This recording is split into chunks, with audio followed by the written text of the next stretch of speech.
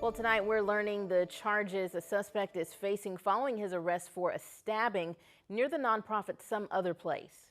46-year-old Jesse Griffin faces a charge of aggravated assault with a deadly weapon.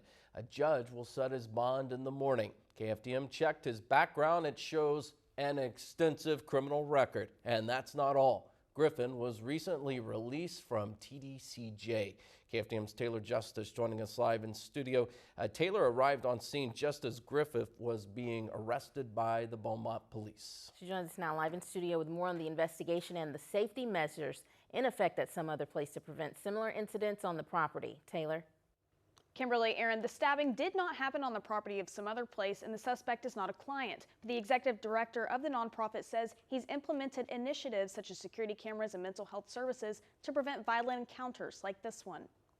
At about 10:30 Thursday morning, Beaumont police responded to a reported stabbing in the 500 block of Center Street near Some Other Place, a homeless shelter. This is a very well-structured organization, and it's set up specifically for people who could be dangerous and making sure they don't become dangerous. Surveillance video near the shelter shows the suspect, Jesse Griffin, walking briskly down Forrest Street, tossing his backpack, then walking out of frame.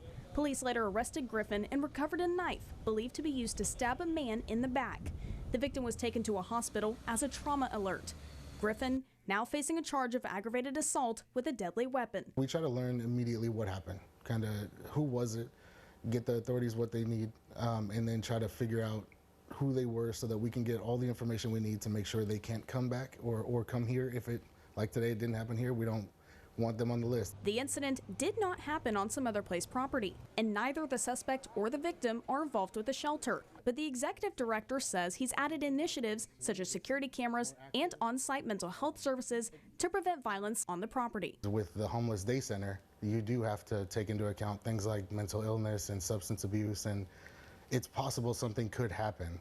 So for the last 3 years, we've been doing things like, if there's a fight at the day center, we shut it down. You know, I know people have feelings about that, or where they're going to get breakfast or take their showers, but you have to hold a tight line so that things like that aren't encouraged or don't happen here. Robertson says since working on these measures, the shelter rarely sees violence occur, providing an unseen element of safety for the community.